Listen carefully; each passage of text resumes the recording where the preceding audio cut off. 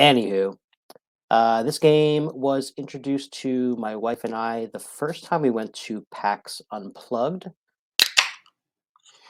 I don't know what that was. Jeez.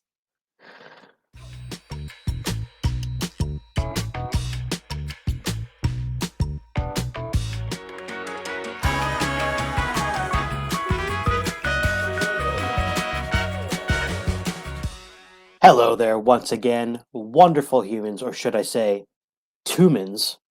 Oh, I shouldn't say tumans. My name is Anthony. My name is Eric.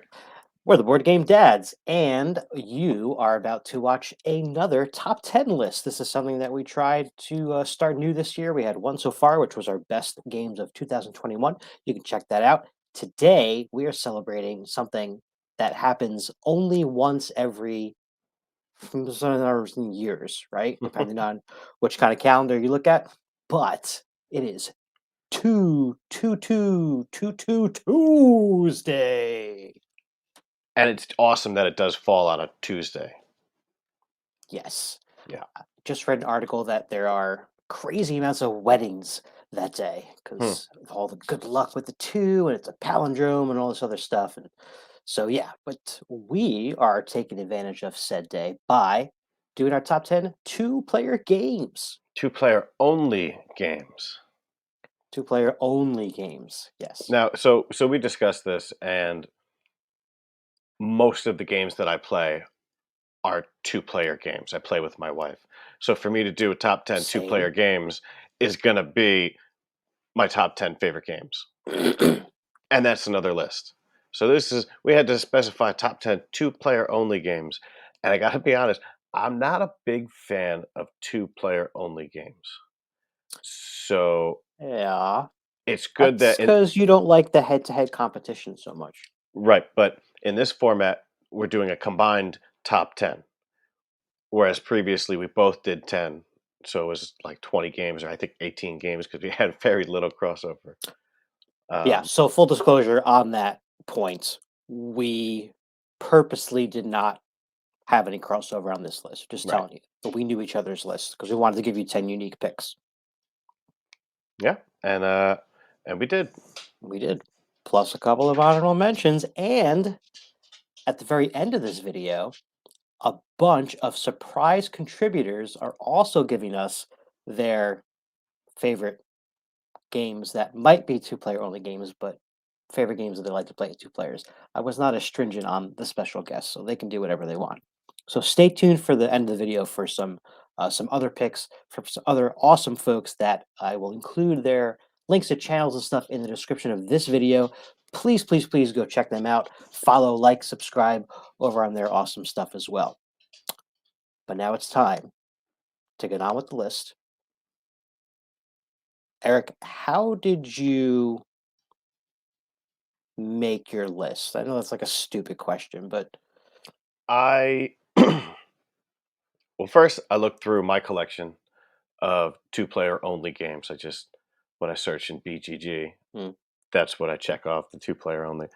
And then I write down the ones that I think could be my favorite of them. And then I'll go through, like the top, I don't know how many pages, maybe like 7 or 8 pages of the two-player only rated games on BGG. okay. And and those are the games that I pretty much rank it on.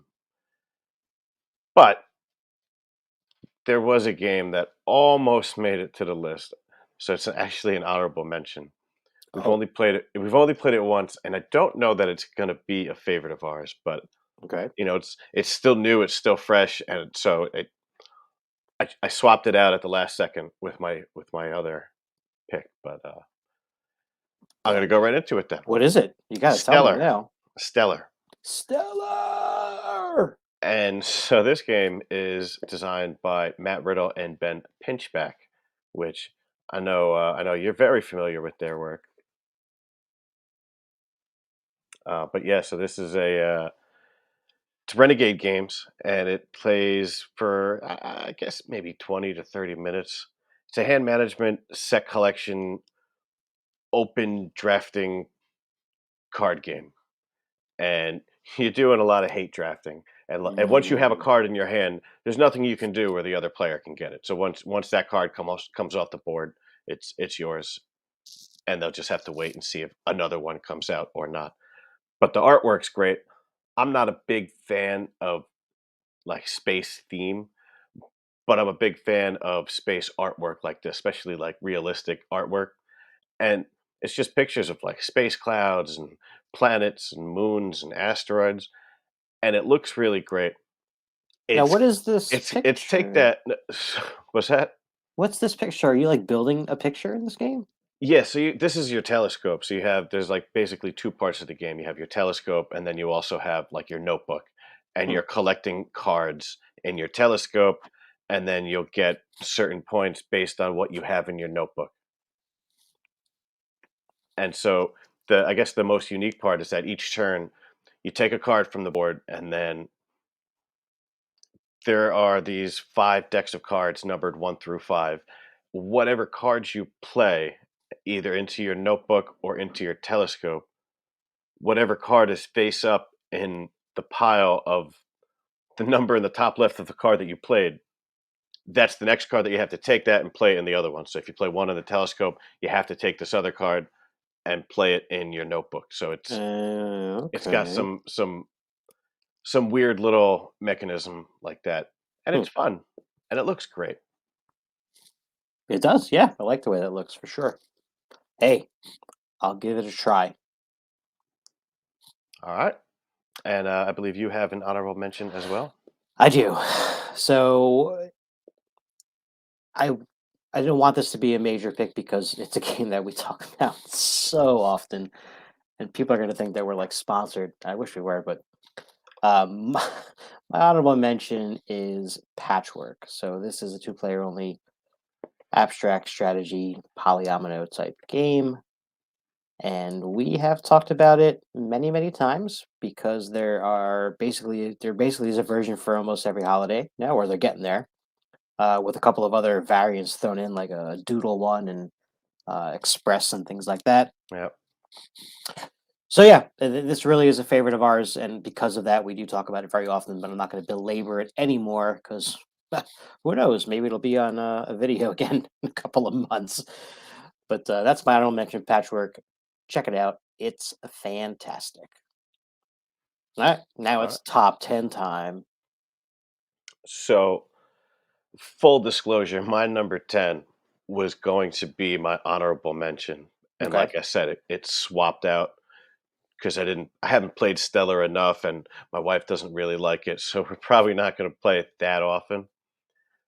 Uh, but this game, Overpower. hmm, Now, I have not played this game in probably 10 years. And 10 years ago when I played it, I probably hadn't played it in 10 years. But that makes sense because I probably haven't played it in 20 years. yeah, like 20, 25 years ago, this was my Magic the Gathering, right? This was my collectible card game, a collectible fighting card game that we played. And it had comic book characters, and they had Yep. Marvel and DC and Image. And it was just, it's a lot of fun. And I don't really like this kind of a game, right? I'm not a big fan of combat head to head like that, but because it's comic books, it gets a pass, and because Hmm. it's something that I played when I was 15 years old, it's got that nostalgic feel, which is why it makes it onto the list. Sure. Uh, Now they're also so this game this is now defunct. They don't make this anymore. I don't remember exactly what year this came out, but it was a long time ago. At some point, somebody had made their own cards and, like, I guess uploaded them on the internet sometime back in early 2000s or late 90s, and my brother got them, had them on a CD, and so you can see all these characters here. The two on the left, Deathstroke and Firestorm, are not actually in the game. Somebody created them and came up with special cards for them, and That's awesome. yeah, and so when I play this game, this is the only game that I play where I have to play with all my cards sleeved. Mm. Actually, that's not true. The original, Pandemic, not the legacy version, the original one, I had to do Okay. that because Yeah, a lot of some stuff of the like. cards got marked. Mm. And, oh, also, I guess, Ghost Fighting Treasure Hunters. I think because we have the expansion. Yeah, yeah. You gave me cool sleeves for that one. They were like green, I think. Nice. Yeah. But yeah, Yeah. that's Overpower, and it's a lot of fun. It's You have to build your own deck before, that goes without saying, in a game like Magic. You have to, go through all your cards that you have and use certain characters that equal to a certain number, and build this deck with power cards and universe cards and your special cards. You don't want to have too much because once that character's dead and his special comes out, you don't get to use it. Mm, So each character has four different powers and a number rating in each of them. And so if he has like Deadpool has a 3 in energy, if I have a 4 energy power card, Deadpool can't play that. mm, And so that's how the game works. And but he can play a 7 in fighting, but somebody else might not be able to. So depending on which character is getting attacked and stuff like that, it can be a lot of fun, but it can also be a lot of time building your right. decks and going through everything. Right. Yeah. That's part of the fun for a lot of people in Yeah. those types of games. That's why Magic is still so popular. All right, so on to my first pick, our number 9 here. This is a game that was introduced to my wife and I the first time we went to PAX Unplugged, and that is Pyramid Poker. So Pyramid Poker is it's not like, okay, it looks like it's a dexterity game. It really isn't, although you're trying not to really knock this over. But basically, it's a game where all these wooden blocks have all the suits of a regular deck of cards, plus a couple of jokers. And to start the game, you're just going to blindly take 15 each. And then one by one, you flip one of them over and put it on on the player board facing you. Your opponent is sitting on the other side of this, right? So at the end of this pyramid being built, there's going to be some that you can see and some that you can't see. Then you're going to start drafting them by taking them from the top, going down, right? So at that point, you are either taking one that you know what it is because you put it there, or you're kind of gambling and seeing what is on the flip side that your opponent put. And essentially, you're trying to make poker hands with these blocks. So on the side of the board is spots for 3 different hands, and you just put the blocks there as you build the hands. You can put them anywhere you want, but obviously it's a hand of poker. It's only 5 max, and then when they're all done, you just compare hands and see who wins. That's it. You can play it just one time, and whoever has the most wins out of those 3 hands is the winner. Very often, though, we play a couple times in a row. Especially if you kind of like cumulatively add the hand wins over like 3 games or something like that. And yeah, it's fun, super fast. You don't have to know how to play poker to play this game. You just have to kind of know what the rankings of the hands are, but that's in the rule book in case you don't know. So the information is there too. And yeah, that's it. Great little hands-on building poker game, pyramid poker. All right, what's next? All right. So number 8, right? That was your number 9. So number 8 is Yes, sir. Skulk Hollow. Sounds This scary. this is a game. This is a Kickstarter. My brother got it for me. It's an asymmetrical tactical combat game. Sounds like something you hate. It is not something that I would go out and get, but it's it's cool. It's got these little foxes and these giant guardians, and the guardian look the meeples look cool. The little fox meeples look cool, Hmm, hmm. and the little guys are trying to like kind of swarm him and jump up on him and climb him and then attack certain parts of his body. And once like they take out his shoulder, then the guardian player can't do whatever action he has that's associated with the shoulder, like maybe he can't swing his club or something like that. And there's a bunch of different guardians, or there's at least 3 or 4 different guardians, and Hmm. it's the artwork is cute, the foxes are cute, but my wife didn't particularly enjoy this one, and I did really well, so I can see Mm. how, like that. So it could seem like it was kind of a one-sided thing because I was the guardian, she was the fox, but I thought it was a lot of fun, and like I said, I haven't played it that much, but Have I've you played it. played as both sides? Yes, Okay. yeah, and I like it. I think it's a cool game, and I really want to get this one to the table again. So just to clarify, this is not just like your top 5 games that your wife doesn't like, right? Well, so like I said before, we don't really enjoy most two-player games. Like, Yeah. or maybe I didn't say this, but we were talking about this earlier.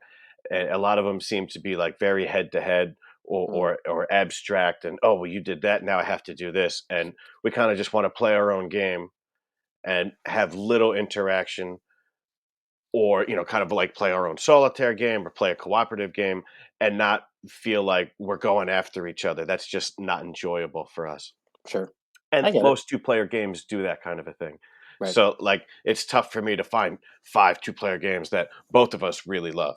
These are 5 that I really like, and out of all of the ones that I've played enough that I can speak confidently about them, these are my 5 favorite.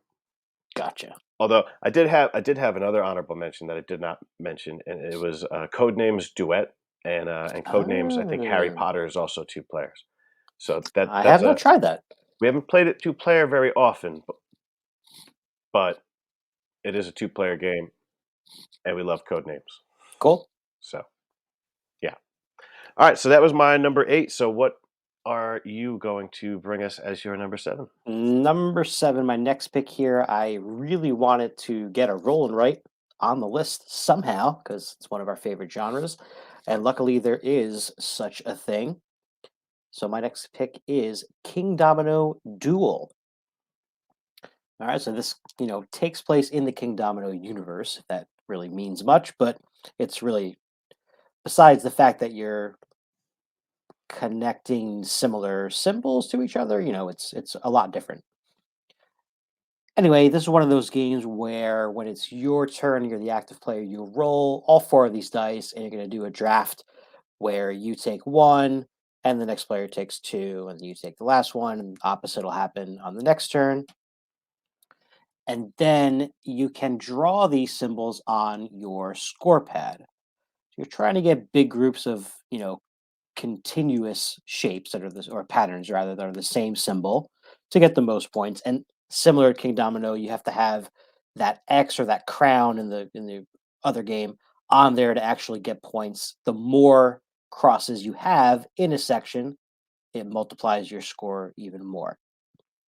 The thing that's different about this game, which is pretty cool, is that if you take one of the dice faces that does not have an X, then you still get to draw it, but you also then get to cross off one of these boxes. And these are basically spells that you're trying to learn.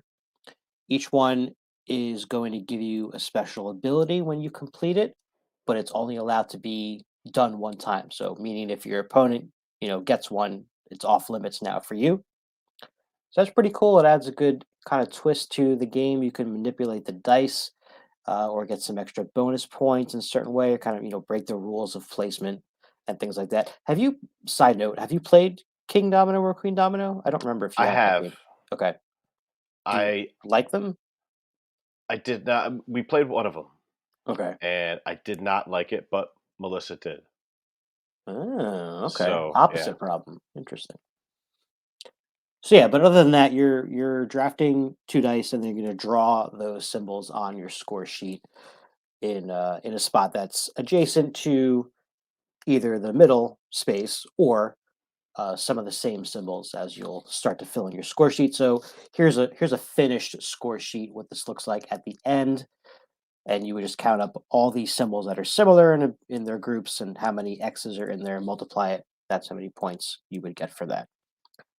Really like this game. This is a game that my wife and I kind of almost bought for each other accidentally without the other person knowing. It didn't get that far, but it was sort of in the in the Nice. process of happening, and then we saw it at PAX also. and that's when it kind of came to fruition. So yeah, I would say if you're a fan, if you've played King Domino or Queen Domino, you may not have heard of this game. I think it flew under the radar quite a bit, but it's a blast. Check it out. That's King Domino Duel, a roll and write. Nice. I do enjoy me some rolling rights. All right, so my number would be on 6 Yes, sir. is so this is a game that if I made this list a few years ago, this game would have been much higher. Okay. But instead, it's number 6. This is Lost Cities. Mhm. Now we've gotten Lost Cities Rivals, we got Lost Cities, the Roll and Write, and those are part of the reasons that this game has kind of been surpassed in terms of play count. Okay. But this used to be one of our favorite games, and it's really simple. You have cards in your hand, and you have to play them out in ascending order. It's a push your luck game with set collection, and there's a lot of decisions because if you have to discard a card instead of playing one out, then your opponent could take it. So you don't want to put out a real high number card because then your opponent might take that and get all those points because each Right. card is worth the amount of points it is. But you don't want to just start putting cards in any color because once you commit and you put a card under a color like blue, white, green, red, or yellow, then you have to get at least 20 points in order to get any points. Right. So you have to put down, the four. Like in this picture, there's a 4, a 6, and an 8 in the blue. That's 18 points. You got to put down at least another 9 or 10 in order to not just lose 2 points for playing blue. Right. Right. And that's the game. So you're keeping cards, and then some of them you put back out in the middle, but then your opponent might take them, and oh, that's exactly what I needed, so I can start putting. And it's fun. It's not. It's got a really cool theme on the cover and everything. Yeah. It's like, wow, Indiana Jones, but it's not like that at all. No, it's just in the artwork. Yeah, But yeah, it's man, this game's fantastic. yeah. I This would be a game that I would probably buy another version of because it's going to eventually get really worn out. Talking about sleeving cards, these would be good ones to sleeve, but it's like a weird shape. I'll tell you what, though, the roll and write is pretty good. Yeah, Yeah, gonna give that one a whirl. Yeah, this game is for just cards. It's really strategic and it's very stressful. and you never just play one game. You always No, play at least 3, and then sometimes you play 3 and you're the loser, you only won 1 of the 3, and you're like, "Let's play to 5." And then you play to 5, and you keep playing, and you can crank this one out in, like, 10, 15 minutes. yeah, very, very cool game. A lot of strategy and just a card game.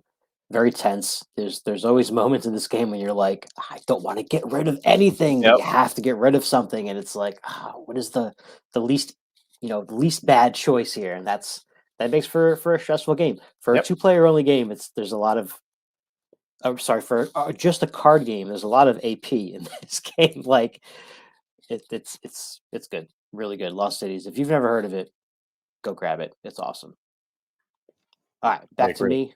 We're on number 5, right? We're halfway We are point on here. number 5. All righty.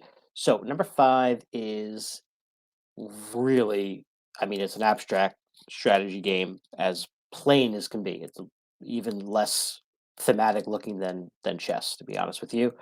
But it is quite interesting. And talking about AP, you're going to probably take a good amount of time on your turn when you're playing this game.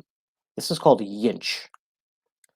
So Yinch is a game that, and I've never played Othello, but from what I understand, it's compared to Othello. I never played the Othello game, but it does look similar. You're basically one color, either black or white, and you get these rings that you're putting out to start on the board at any of these intersections on here. And then as you move them, you're putting these other pieces, these markers, in the space that you start from, and then any spaces that you jump over that have other ones already down, you're going to flip those over. Meaning, if you went over two blacks, you're going to flip them over to the white side, even if they're yours or not. You're going to keep doing that to make your move, and you're trying to get 5 in a row of your color with these markers. When you do that, you take one of your rings off and put it on the side of the board here, and you're basically scoring a point. first person to get to three is the winner. You can also play where you just play like to one, first person to get five in a row is the winner, and that's it. But it's a lot more fun when you play to three because it's kind of like a little more of a tennis match when you could be behind and then come back and tie. And so a lot of strategy here. Again, you know it is the definition of abstract strategy, but it looks really cool. The pieces are nice and chunky. They're like I don't know what they're made of. They almost feel ceramic. I know they're not, but that's kind of like the texture that they have. Maybe clay? And yeah, maybe. Yeah, maybe like a polished clay. Someone will probably tell us. Yinch, I will point out this is also only one game in a line of games that all have weird names like this called the GIPF series, GIPF. And they're all, similar with circle pieces, I think, and things like that, but they all play a little bit different. I just got introduced to this one recently, last year, by our friend Steve, and I put it on my Christmas list right away because it was that fun. This probably does not appeal to you at all. I was just thinking, if we had, like, decided on a top 10 list a different way and we were allowed to veto games, even though I have never played this game, based on looks alone, this one would have gotten vetoed. This that board is so ugly. And this is, because there's so many board games out there. This is like I'm very dismissive about games because you can't get them all, you can't play them all, you can't, there's just not enough time. So I see this game and garbage trash. It might be a great game, and I've heard really good things about it. So it probably is. Just it is not my cup of tea. I wouldn't. I don't even think I would play this Oh, come on. because this is a two-player only game. So we're not going to get it. And I'd rather play a different two-player only You're game. doing a top 10 list If of somebody was like, two-player "Hey, only games. I know, but I don't want to play this one." It does not appeal to me at all. That's fine. Yeah. That's fine. So I just if somebody was like, "Hey, you want to play this game?" I'd be like, "No, no, I'd rather not." That's fair. No, I mean, look, like I said, it is the definition, the epitome of an abstract strategy game. It looks like checkers, but it's a Yeah, different color. So I feel you. All but right. it's like I said, I've heard great things. You're saying great things about it. I'm not trying to say it is trash, right? I'm just saying that for me, veto. Got it. All right. On to something much more colorful in your next pick here for Oh, my next number pick, number 4. 4. Oh, this one, I love this one. This one is Blossoms. This is such a cool looking game, and it's Hmm. so simple. It's a two-play. It doesn't take up a lot of space, and you're just building flowers. There's a little bit of push your luck because there's only 4 pots for flowers out, and there's I think like 6 different types of flowers. So on your turn, you flip over a card, and if it's one of the flowers that are in a pot, you add it to it, and then you can keep going. You can either cut that flower and say, I'm going to take this and make a bouquet out of it, or you can take another card. And if you can put that one out, and maybe it'll gain an extra card and you can get even more points. And it's just, I really, really like this one. And I can't really explain why, like the art is so simple. It's just flowers, right? I want to say, oh, it's got great artwork. It's got really nice artwork. Everything's the same. It's just 6 Yeah. different flowers painted the same identical way, and you keep stacking them up and up and up so that the stems kinda line up and Yeah. make That's it look very like one satisfying giant to build flower, up. Yeah. and it's got, like, 4 different special powers that you can do, but you can only do 3 of them throughout the game. So Right. you have these little tokens where, once you use the special power, you put your token there, and then you can only use 2 more special powers throughout the game. So it kind of feels a little cheap, like you don't get to use your special power that much, but Hmm. that's what makes it special. Yeah. Another game that, I mean, like you said, quick. Would you call this a couch game or too Oh, much room? definitely a Yeah. cat game. Yeah, Okay. we've played this when Melissa was pregnant, and we were Awesome. just trying to take a we again, for couch games, we would play them on like a coffee table. So like as long as it can fit on that, you're good. Sure. Not just a couch cushion. Right. Yeah, more sturdy surface for Yeah. cards. Excellent. All All right. right. Number three. Keep rolling. Number three is a game that has been reprinted recently with, I think, just different artwork. I don't think the mechanisms have changed at all. This is a game that we've had in the collection for quite some time, and my wife really enjoys this one too. I was even able to teach this to a couple that I did not know at a board game cafe once. I saw them reading the rule book, and I was like, "Hey, I can explain to you how to play that game right now." And they were like, "Sure." I digress. Anyway, the pick is Jaipur. Had to get a set collection game on the list, and this is exactly what that is. So in Jaipur, you're going to be making sets of these different card colors, and they're all like different goods of different kinds, but that part really doesn't matter. And you're basically just cashing them in for sets to get those points, and each one has a different set of tokens that'll be worth like descending value of points. So if you're the first person to get them, you're going to get the most value of those, and then they just keep going a little bit lower as they go on. And also bonus tokens that'll give you extra points for having sets of three or four or five of the same one. And then it also has these some cards that have camels on them, which work in a So couple of different ways. I don't want to interrupt, but I already interrupted. I'm just going to keep going. I This game made my list. It definitely is going to probably be really close to my top 10 two-player only games just of Okay. mine. But we haven't played it in so long Hmm. that when I tried to remember why I liked it so much, all I could remember were the components of, you know, these tokens Hmm. and the camel cards. And that was it. That's all I could remember. Just the camel cards pile up, and then you could take a whole bunch of camels, and then you have a bunch of camels to do Yep. whatever it is camels do. I'm pretty sure you taught me this game, actually. I might have. It wasn't recently. No, no, no. It definitely wasn't. I think this was.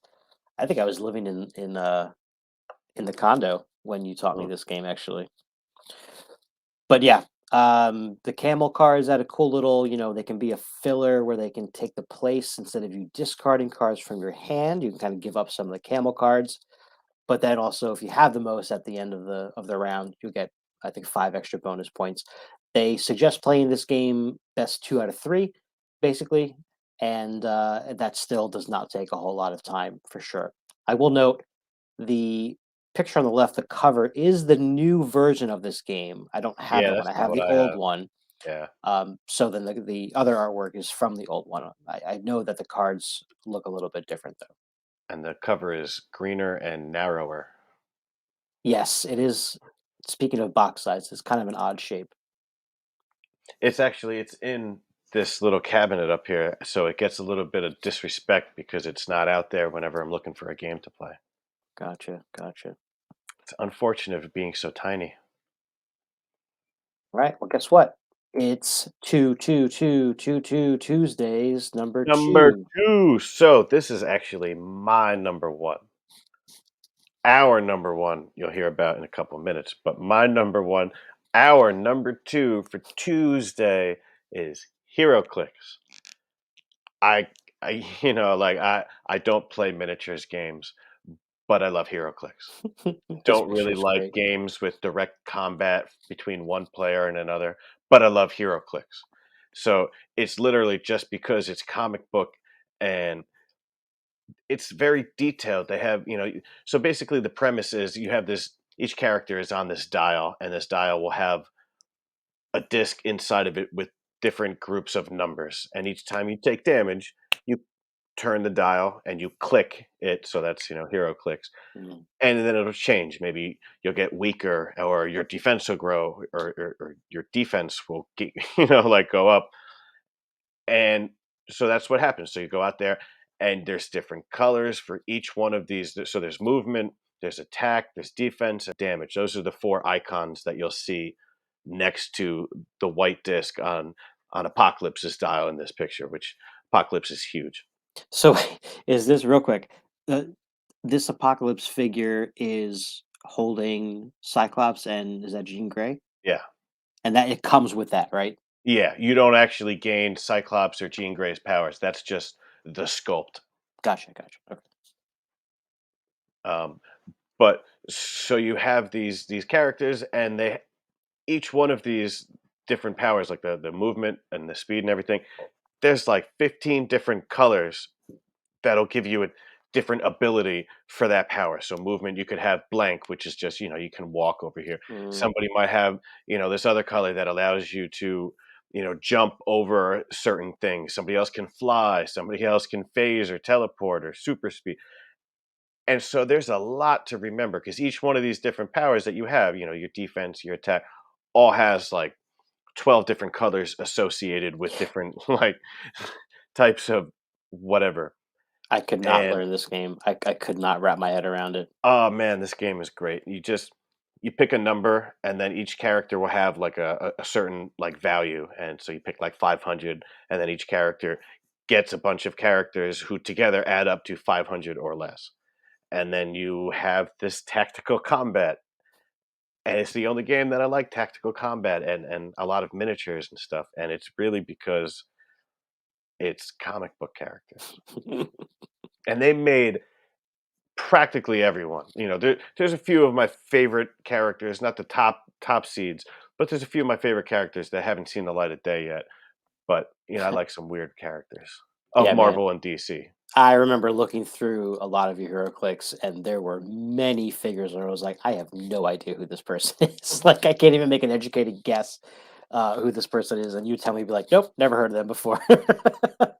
There's characters that I have hero clicks of that I never heard of before I had the hero clicks, and I was and at first I'm like, I don't want to keep this guy. I don't know this guy. I don't want him in my collection. But then it becomes, well, let me learn about him. And oh, he's kind of cool. Okay, Mm. whatever. It's always nice to have more flash rogues, so just add them to that.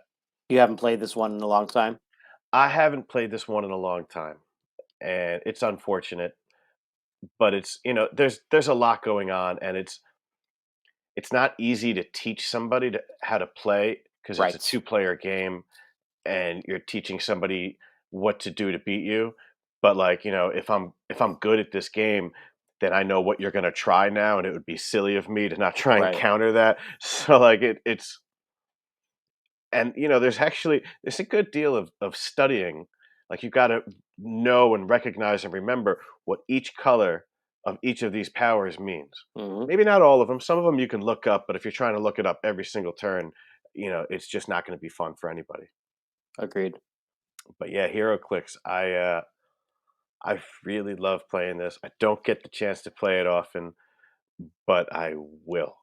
Well, it's kind of like a role playing game, like a D&D, right? You had like a core group that played this game Yeah, because and then I moved. because you all knew it, and then well, it wasn't just you, right? I mean, things happen. You don't get to see the same Yeah, people. now we're dads.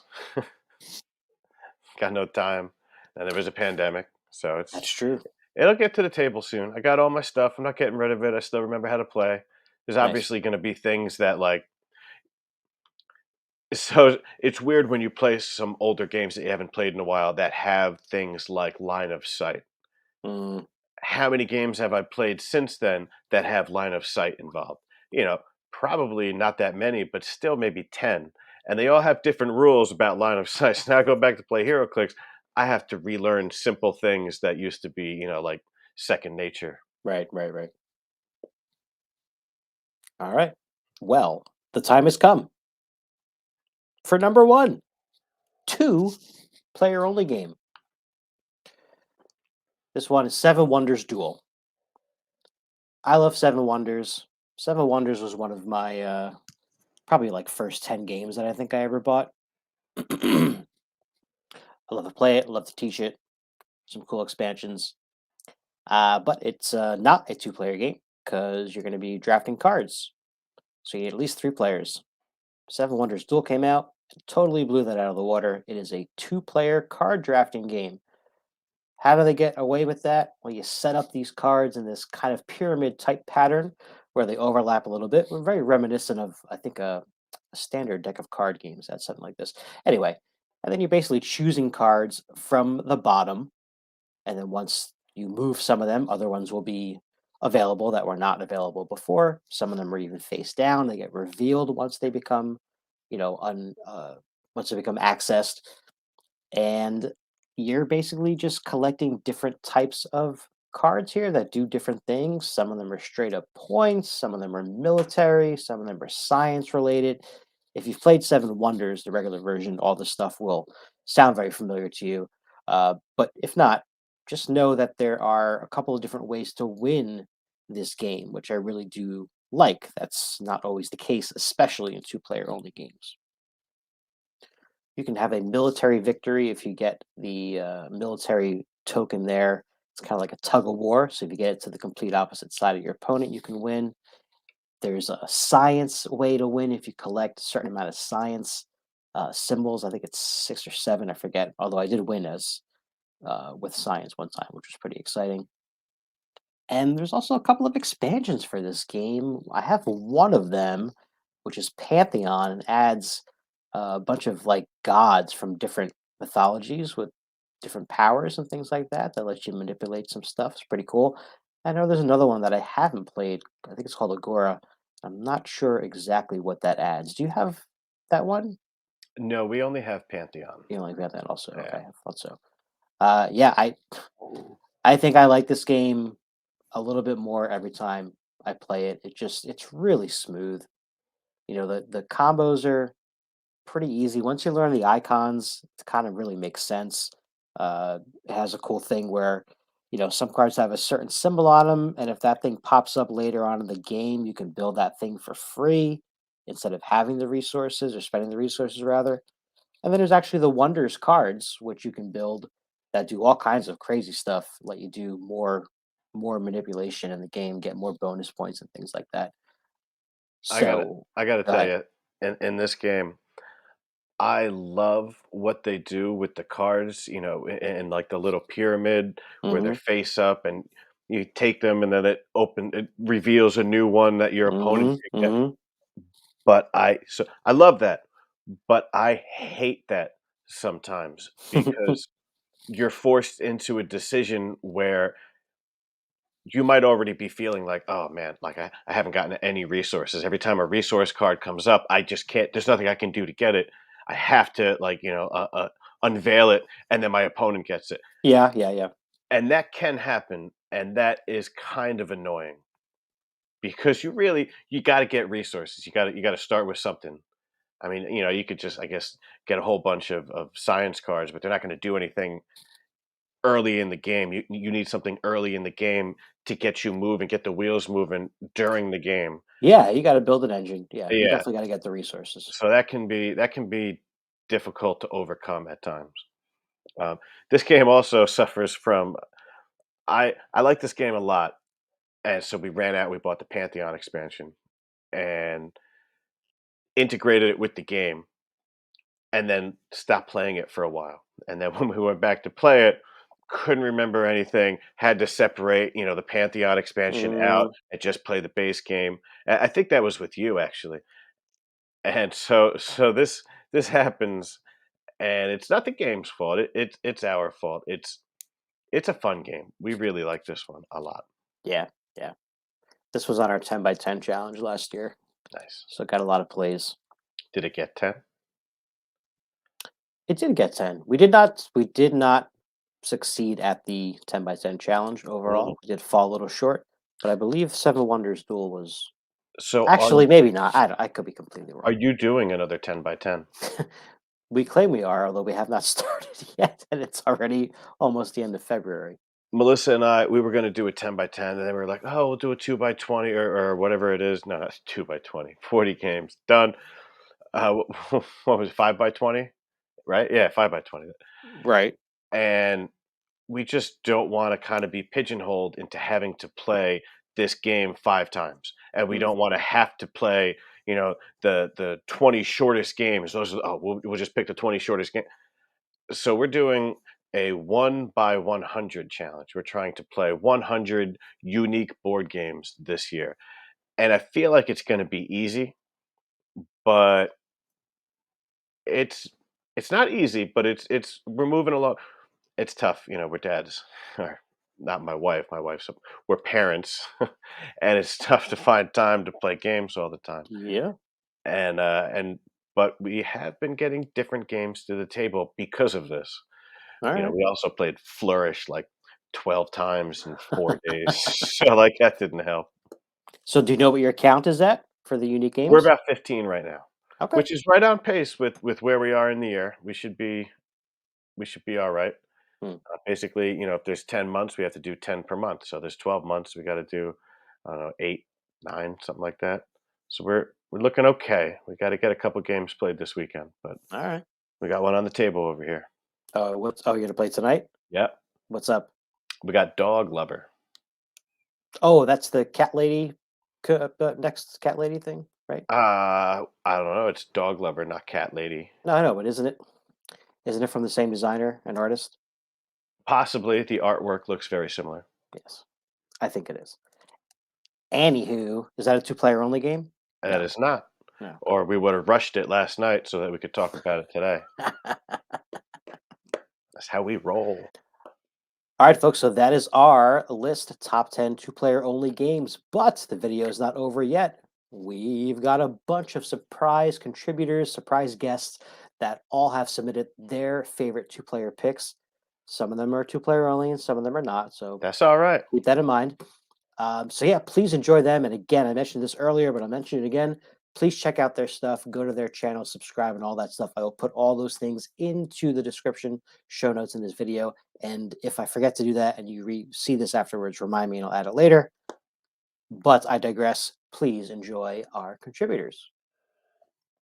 Hello everyone, my best game for two people at the moment has got to be Unmatched. Now there's lots of great games that play with two and stuff, but Unmatched is really grabbing me right now.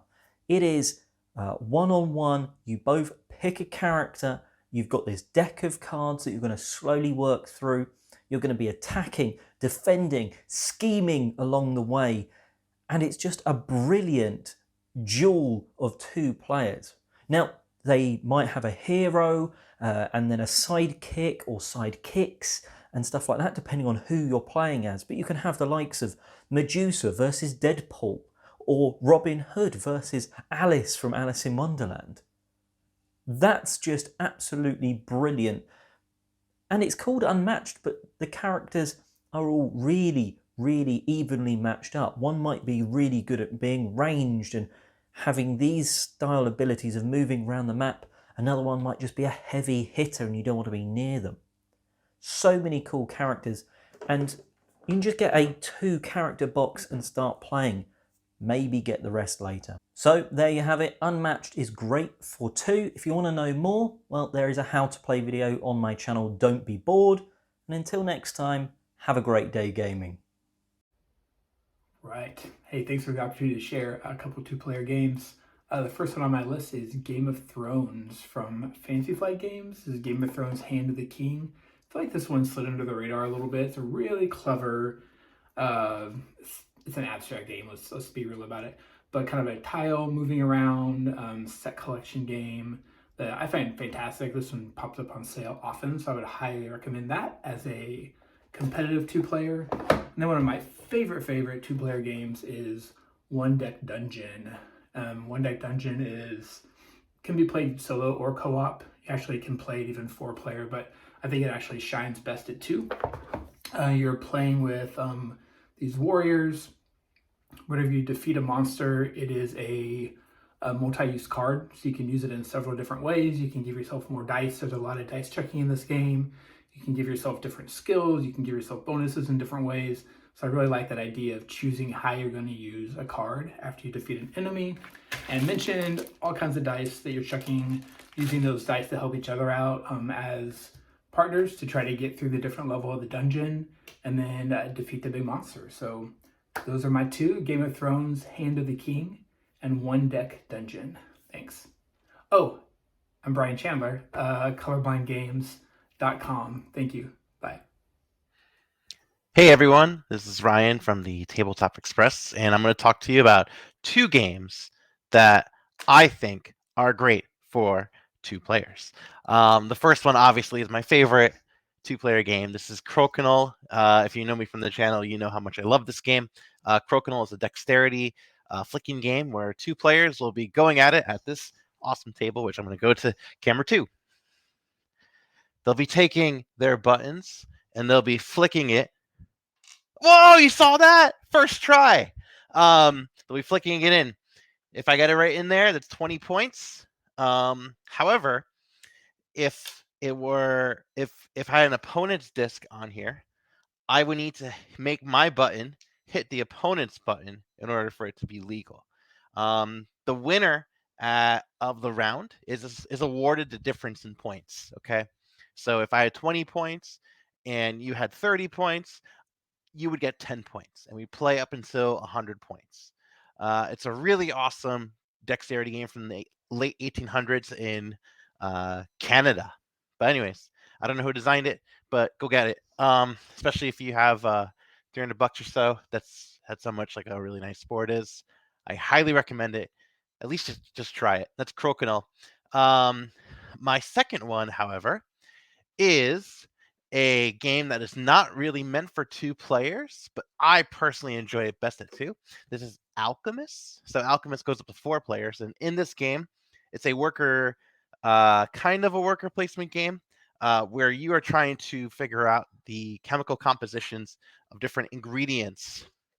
Those ingredients, chemicals will come in 3 different varieties, and you're trying to deduce it by using this really cool app deduction thing. So I'm going to show you this cool app and how that works. So I have it open right here.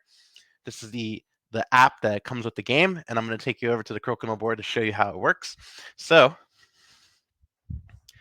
I have over here a mushroom card and a bird claw card. I'm going to take the app. I'm going to scan it with my phone. You see right here, it says confirm. And it tells me right there that I made a negative blue potion. Oh no. So what I got to do now is I have to take this little sheet right over here, and I mark down yellow and purple. Anything that doesn't have negative blue, it can't be, because how it works is you just need negative stuff. So I'll cross this off, cross this off, cross this off, cross this off, this one, cross this one, and this one. And what you're trying to do is you're trying to figure out what it makes up of what. So we know, because this is a negative blue potion with this mushroom, that mushroom must be one of these 4 ones that have negative blue in them. Same thing with the claw. We know that negative blue must be in this one. And we're trying to deduce.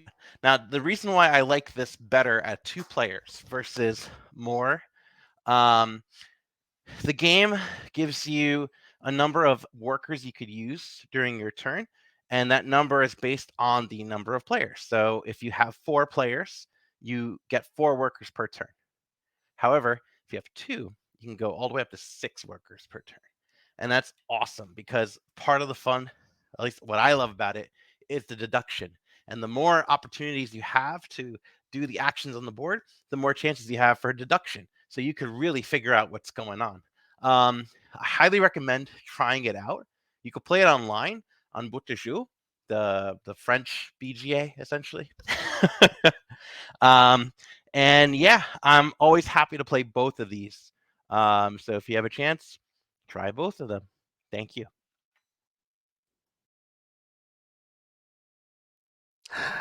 Hi everyone, how you doing? I am Clara Barker, and I want to thank Anthony for once again inviting me to contribute to his amazing YouTube channel. So we're talking about 2-player games, and I'm going to do a sneaky where I'm going to talk about 2 different games. So I'm going to talk about one awesome 2-player game, which is quite a long, involved game, and I'm going to talk about another short and sweet one. So the first game that I'm going to talk about is the long and involved one, and that is Seasons. Seasons is a game that I absolutely adore. I play it a lot on Board Game Arena, and I've also, my physical copy is absolutely beaten because I've played it so much. It's a really interesting deck building card playing game. You build a little engine by playing out different things that give you different special abilities, but you're also collecting resources by rolling these beautiful big chunky dice, and depending on what season it is, it changes the resources that you get and the dice that you roll. It's just such a wonderful deck building game, and the art is absolutely stunning. It really is. Seasons it's for 2 to 4 players. But I think when you go to 3 and 4 players, it starts to become quite a long game, which is fine if you're playing it on Board Game Arena, but if you're playing it physically, it becomes a really, really long game, unless everyone really knows what they're doing. But this really sings at 2 players. It really does. It just bats back and forth between the 2 players, and it's just a really fun way to play it. And so that is Seasons. But I said that I'm also gonna give you a short and sweet game as well, and so the game that I'm going to talk about is a game called Conspiracy. So this is set in the Abyss world, so there's another game called Abyss, and Conspiracy, again, it's not a 2-player game, it's a kind of 2 to 4 or 2 to 6 player game.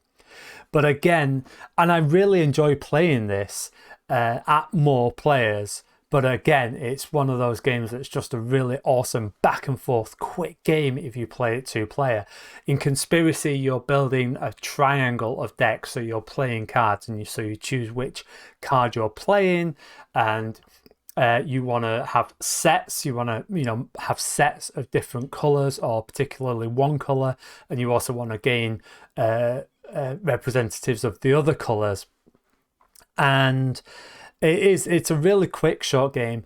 It's one that I completely overlooked, but again, it was on Board Game Arena and I got involved in the tournament, and I'm so glad I did, because I ended up playing this absolutely loads on Board Game Arena with some awesome people. So I highly recommend it. They're both available because they're on Board Game Arena, but they're also both available in the shops. I believe Season's still available with expansions.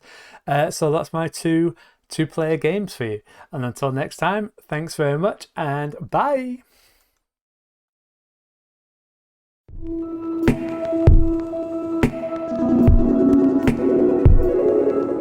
Hello everybody, my name is Grayson. I'm Finn. I'm Missy. And I'm Evan. And today we're here to talk to you about some games on this very special day of 2-22-22 on a TWOSDAY, which only happens once every 400 years, which is a very, very long time. Yeah. And my first game, that is a 2-player only game, is Paradisio, which is basically you just match up the tiles where land equals water, land is land and water is water, and you just have to lock the other person out. Yeah, you play until the other person can't play a tile. Mm-hmm. You're making And my a other beautiful one island. works best at 2 is Boss Monster, because if you just play it more than 2, it just takes way too long. I'm not sure why, but it just does.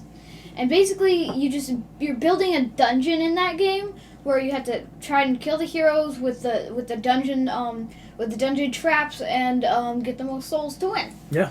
All right. Cool. Finn, what do you have for us? My 2-player game is Do Eat. Yeah, Do Eat is a pretty fun game where one person's a fox and the other person is a raccoon, and there's a little table in the center between the 2 players, and it has food on it. And it's a simultaneous selection card game where you're trying to get all of the food into your animal's side so they get to eat it and the other person gets none. So why do you like that game, Finn? I like it because of the cute animals. Yeah, it's super cute. Yeah. And one thing you don't eat is Just Dessert. And Just Desserts is a cool game. You're making food. Serving it to customers, right? Serving it to customers. Yeah, right. Yeah. And you're trying to get sets of the different customers, and all the art on the Just Desserts cards is unique. Yeah. So it's super cool, right? And I think that works well as a 2-player game only, because then it goes really fast and you can even play a few rounds, right? Yeah. Yeah. Okay, cool. Great.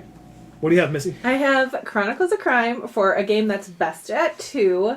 An app-based game. It's just easier if not too many cooks are in the kitchen, I suppose, or detectives at the crime scene.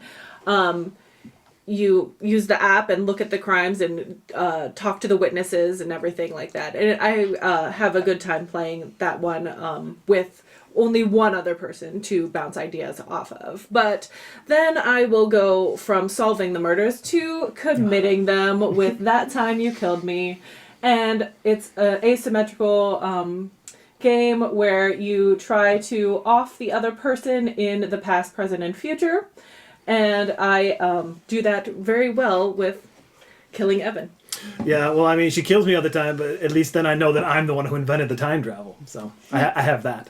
So, and then after she kills me so many times, we have to play this game, this 2-player only game right here called Kune v Lakia, which is a game about rabbits getting a divorce.